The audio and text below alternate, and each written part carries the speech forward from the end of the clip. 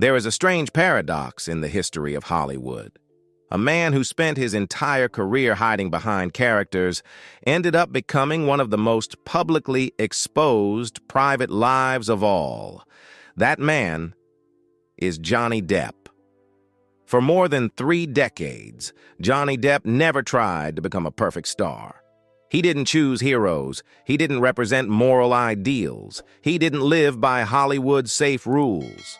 Instead, he chose outsiders, misfits, deformed souls, characters who never truly belonged to this world. And perhaps because of that, when his real life finally shattered under the glare of the media spotlight, the world didn't know how to look at him anymore. Was he a victim, a man at fault, or simply a human being who had gone too far beyond his own limits of endurance? Is Johnny Depp a misunderstood genius, or a man who burned himself alive in the very freedom he chased to the end? This story is not told to defend him, nor is it told to condemn him. It is told to answer a larger question, a deeply human one. When someone spends a lifetime escaping the roles society assigns, what happens when the world finally forces him to step forward and play himself? If you once loved Johnny Depp through his legendary roles, or felt confused by the endless scandal headlines, then this story begins here. Not to judge, but to understand. Johnny Depp was born in 1963 into a family where stability was almost non-existent. His father was strict and emotionally distant. His mother, the most powerful influence of his childhood, was loving, but also volatile, unpredictable, and carrying unresolved emotional pressure of her own. The family didn't collapse all at once, but it lived in a constant state of tension, stretched tight like a wire ready to snap. Depp's childhood was defined by constant relocation. Each move was a small rupture. New friends, new environments, new rules. For a child, this didn't create adaptability. It created a sense of belonging nowhere. Home stopped being a place to return to and became merely a temporary shelter. Johnny's early psychological fractures didn't come from a single dramatic trauma. They came from watching adults too closely. He learned early how to read emotional signals within the household. When to stay silent, when to stay out of sight, when to disappear altogether. This wasn't rebellion, it was self-protection. From that environment, a clear survival mechanism took shape. When you can't control the world around you, you control the world within. Johnny didn't choose confrontation. He chose withdrawal. Music and imagination became private territory.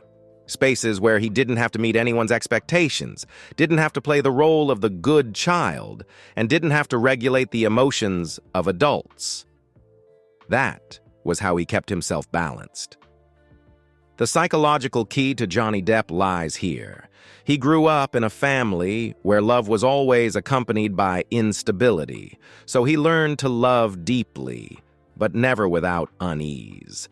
This explains why, later in life, Depp was consistently drawn to lonely, alienated characters. Why he struggled with rigid structures, whether family, marriage, or the Hollywood system itself. And why freedom, for him, was never a romantic ideal, but a condition for survival. This personality wasn't a choice. It was the natural consequence of a child who grew up in a home where silence was sometimes safer than speaking. And when a child grows up surviving by retreating, that mechanism follows them into every adult choice. For Johnny Depp, entering acting was never a journey toward the spotlight. It was another escape route, a different space where he could exist without having to explain who he was. Johnny Depp didn't step into acting with dreams of becoming a star. At first, he wanted to be a musician. Hollywood was only a detour, a way to survive, a means to sustain the creative freedom he hadn't yet reached through music. The early roles came quickly, so did the attention, But from the very beginning, Depp felt out of sync. Early fame didn't bring a sense of victory. It brought the discomfort of being boxed in, seen as an image rather than a person. This was Johnny Depp's initial flame, not the desire to be seen, but the desire to choose how he appeared. When faced with safety or risk, Depp leaned toward risk. He turned down easy-to-love roles in favor of characters that were difficult, strange, even unsettling to audiences, not out of rebellion, but because it was the only way he could maintain control over himself. That flame was never loud. It didn't burn with ambition. It burned with the fear of being defined incorrectly. It was during this phase that a clear trajectory formed. Johnny Depp didn't use acting to become someone else. He used it to avoid becoming the version the world wanted him to be. And from that seemingly small decision, an unconventional career began, one that didn't move straight toward the summit, but veered onto a separate path, where creative freedom was placed above the safety of fame. From the moment Johnny Depp stepped away from safe choices, his career began moving in a very different direction. There was no loud breakthrough, no overnight stardom. Depp's aura was built slowly, through roles that left audiences unsettled, unsure of how to define him. When Edward Scissorhands appeared in the early 1990s, Johnny Depp was no longer the likable young face of television. He became a silent, misshapen outsider, a man who loved the world with hands that could never touch it. That role didn't just change how audiences saw Depp. It revealed where he truly belonged, on the margins, among characters whose hearts were too fragile to survive in an ordinary world. Then came Ed Wood, a man dismissed by an entire industry as a failure, yet one who lived fully and unapologetically inside his dream. Johnny Depp didn't mock this character. He didn't romanticize him either. He looked at Ed Wood through the eyes of someone who deeply understood what it means to stand outside the circle.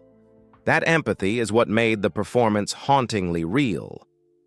As his career progressed, Depp moved even farther away from the traditional movie star mold. His choices no longer aimed to reinforce fame, but to reinforce identity. And then, in 2003, Jack Sparrow appeared, and Hollywood froze, a drunken, unsteady, indifferent figure. Not a hero by any classical definition. Yet he possessed something rare, a sense of absolute freedom. Jack Sparrow doesn't win through strength or moral authority. He survives through instinct, cunning, and an unbreakable refusal to be tied down. That was the moment Johnny Depp's aura burned at its brightest. Not because he conquered the masses, but because he completely shattered their expectations. From Finding Neverland to Sweeney Todd, Depp continued diving deeper into characters marked by inner fractures. Figures who were wounded, complex, and fundamentally incapable of living a normal life. 3 consecutive Academy Award nominations, 2004, 2005, 2008, followed by a Golden Globe win for Sweeney Todd, 2008. These honors didn't arrive as rewards for technical display, but as acknowledgement that Depp had created a language of performance entirely his own. Johnny Depp didn't succeed because he was more skilled than everyone else. He succeeded because he never separated himself from his characters. The roles that carried him to the peak all shared the same pulse: loneliness, misalignment, and a refusal to beg for acceptance. He never tried to make these characters lovable. He allowed them to simply exist. The same freedom he always longed for himself. And that is what created Johnny Depp's aura. A light born not from perfection, but from a truth so raw it could not be concealed. That aura was radiant, but within it lay the seed of a price to be paid. Because not everyone is allowed to live honestly at the summit without eventually being pulled back down to the ground. When an aura grows large enough, it no longer merely illuminates. It begins to magnify. Every gesture is scrutinized, every habit is interpreted, and every small deviation can become a major headline. From the perspective of the public and the media, Johnny Depp's image gradually fractured into separate pieces. There were years when he was portrayed as a brilliant but uncontrollable talent. Excessive spending, erratic behavior, chronic lateness, dependence on alcohol and medication. At times, professional disputes surfaced in the press as evidence of a career losing direction. A reputation once associated with freedom and creativity began accumulating heavier labels: difficult to work with, unstable, a risk. But on the other side, in the accounts of those who worked with him, those close to him, and at times, in Depp's own words, the picture was far less simple. They spoke of an artist driven by instinct, one who demanded absolute creative space, a man who couldn't tolerate rigid structures, and therefore often collided with systems built on them. Some saw prolonged exhaustion, the psychological erosion of someone who had lived too long under the pressure of maintaining the right image. Others described a quieter Johnny Depp, fiercely loyal to friends, more haunted by being misunderstood than by being criticized. And Johnny Depp himself has acknowledged in his own way that fame never made him stronger. It only made everything louder. When private life becomes public property, personal conflicts are no longer resolved in silence. They are dragged into the light, edited, reframed, and sometimes retold by people who never lived inside the story. Here, there is no single, correct version. Only two realities existing at once: an image constructed from the outside and a human being struggling to breathe in an increasingly narrow space. At this stage, fame is no longer a reward for success. It becomes a force, one that both lifts and constricts. And it is within this gray zone, where no one is entirely innocent but no one is merely a label, that Johnny Depp's story begins to move into a deeper layer, where truth does not reside in verdicts, but in the complexity of being human under the lights. The most important question, however, is not who was right or wrong. It is this: why do the same patterns of conflict, the same forms of misunderstanding, repeat themselves around Johnny Depp, regardless of role, regardless of moment, regardless of whether he stands at the peak or on the edge of collapse?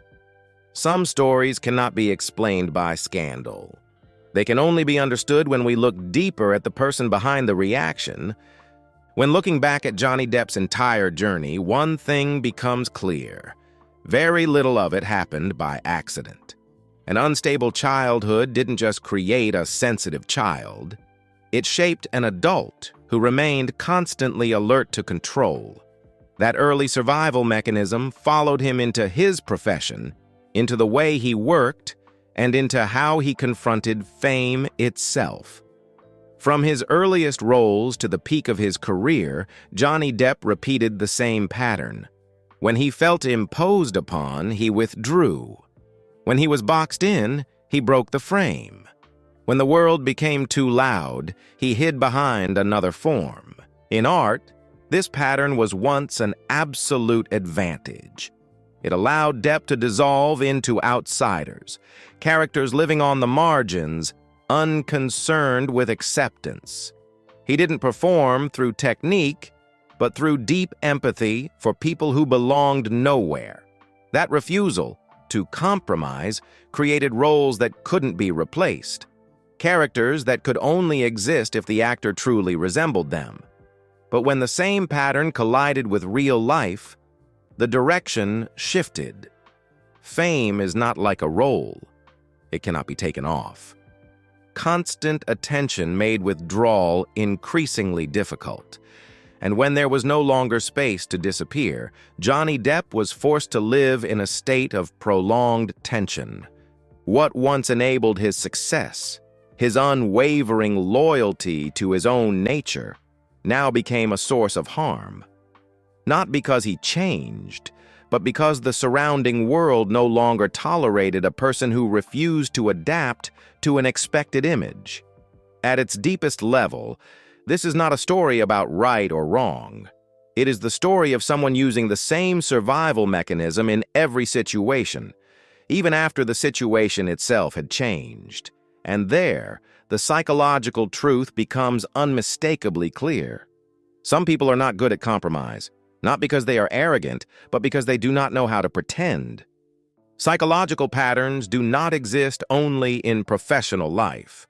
When the lights go down, those same mechanisms enter marriage and family and begin to reveal their true cost. Behind the spotlight and iconic roles, Johnny Depp returned to private life, a place where he was no longer shielded by characters, where there was no script and no way to cut the scene when everything became overwhelming. His relationships arrived early, intensely, often carrying the feeling of searching for shelter. From his youth to his later marriages, Depp entered love with extreme intensity, as if each relationship held the final hope for the stability he never had as a child. But that same intensity made every fracture impossible to hide. Family, for Johnny Depp, was never a simple concept. He had children, responsibilities, moments of ordinary domestic life. Yet he also carried the pressure of a man who had lived too long under observation. His career didn't merely consume time. It invaded private life, blurring the line between the real person and the public image. Here, the familiar pattern repeated itself. When tension emerged, Johnny wasn't skilled at negotiation or explanation. He fell silent, withdrew, or tried to self-regulate through instinct, a method that once sustained him in art, but made family life increasingly fragile. These relationships didn't collapse solely because of fame. They eroded because there was no longer space to be wrong, to be weak, or to be understood without having to speak. When every personal conflict risked becoming public narrative, love ceased to be a refuge. It became a battleground. The price paid is not found in the breakups reported by the press. It lies in Johnny Depp's growing realization that what he had searched for his entire life, a sense of home, was the hardest thing to preserve once fame had seeped into every corner of existence. And from this point, the story moves closer to a decisive turning point, because when family no longer offers grounding and career no longer provides refuge, a person is forced to choose, to continue enduring, or to step into another direction even if it means paying the price one more time. By the mid-2010s, there was no press conference announcing a collapse, only quiet signs appearing at the same time, layering over one another. A career beginning to wobble in a Hollywood increasingly fearful of risk, a family no longer capable of neutralizing pressure, mental health worn down by years spent in a constant state of defense, and fame, once Johnny Depp's shield, now becoming a force that refused to let him disappear. Nothing happened in just one place. It unfolded on film sets, where he was met with wary eyes, in private life, where every conflict risked exposure, and in the public sphere, where personal stories no longer belong to the people living them. At this point, the boundary between choice and consequence no longer existed. Depp didn't abruptly turn his back on Hollywood. Hollywood didn't immediately turn its back on him. The two slowly drifted apart, like land masses moving inch by inch, until the distance became impossible to bridge. The breaking point arrived when private life was pulled into global light. There were no characters left to hide behind, no roles left to carry emotion. Johnny Depp was forced to stand exposed before the world, not as a star, but as a human being whose right to exist on his own terms was being questioned. Here, the issue was no longer right or wrong. The question became, when someone has spent a lifetime avoiding definition, what happens when they are forced to explain themselves every day in front of millions of watching eyes? Johnny Depp's disappearance didn't occur in a single dramatic moment. It unfolded slowly, in fewer projects, in prolonged silences, in the gradual retreat from a center he had never truly belonged to. And at this turning point, everything grew frighteningly quiet. There was no aura left to shield him, no story left to deflect attention, only a man faced with a decision: to remain inside the storm to defend his name, or to step away from the lights, to salvage the part of life he had never truly been allowed to live. And when the storm passed, what few noticed at first was that Johnny Depp didn't disappear. He simply stepped away from the noisiest place so he could continue breathing. When the lights receded, Johnny Depp's life didn't collapse. It slowed. There were no longer packed schedules, no carefully calculated appearances. Time began to move at a different rhythm. Fewer explanations, fewer watching eyes, and more silence.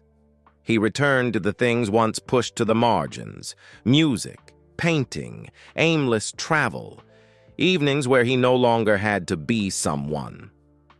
When no longer seen, Depp didn't vanish. He reduced his presence, not to escape, but to survive in a way that caused less damage. His choices no longer needed to prove anything. They only needed to be true enough for him to remain with himself.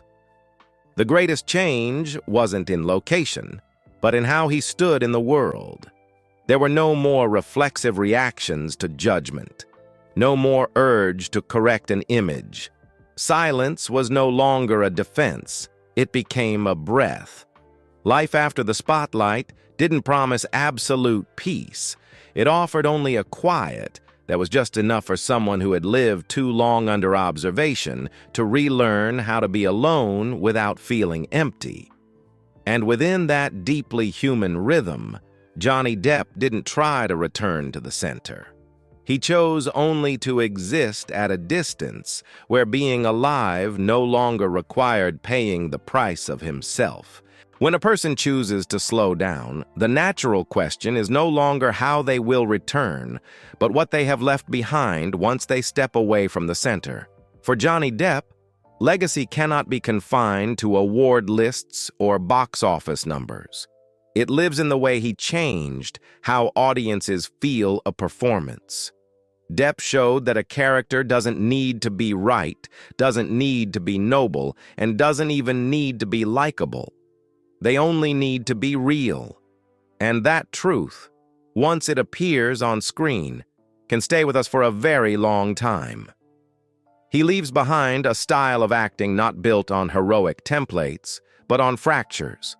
Lonely, misaligned, unassimilated figures, once considered a risk, became emotional centers of popular culture. That is a signature that cannot be replicated. But Johnny Depp's legacy is not only artistic. It is also a story about the cost of living without compromise in a world that constantly demands stable images. It doesn't instruct anyone to follow his path, nor does it warn people to avoid it. It simply presents a truth. Personal freedom can create extraordinary moments, and it can also leave very real wounds. When the lights have fully receded, what remains is not an untouchable legend, but a human being who dared to live in alignment with his own nature, even when doing so made life far more complicated. And perhaps it is that very complexity that becomes his most enduring legacy. Johnny Depp's story does not close with a complete victory, nor does it end in total tragedy. It comes to rest in a pause, a space where there are no roles left to play, no lights overhead, and no need to prove who he is. Johnny Depp is not a figure meant for unquestioned admiration. He is not a lesson designed for judgment. He is simply a human being who spent too long living without a sense of belonging and paid the price for never learning how to pretend his way into harmony. Some people are not born to remain inside fixed boundaries. They shine when given freedom, and they are wounded when the world demands they simplify who they truly are. If this story leaves anything behind, it is not an answer of right or wrong. It is a quiet question. How much of ourselves are we allowed to live honestly before we are forced to trade pieces of who we are just to be accepted? Thank you for staying until the end of this story. If Johnny Depp's journey made you pause and reflect, leave a comment and share what stayed with you. And don't forget to subscribe so we can continue listening to stories that are quiet yet deeply true.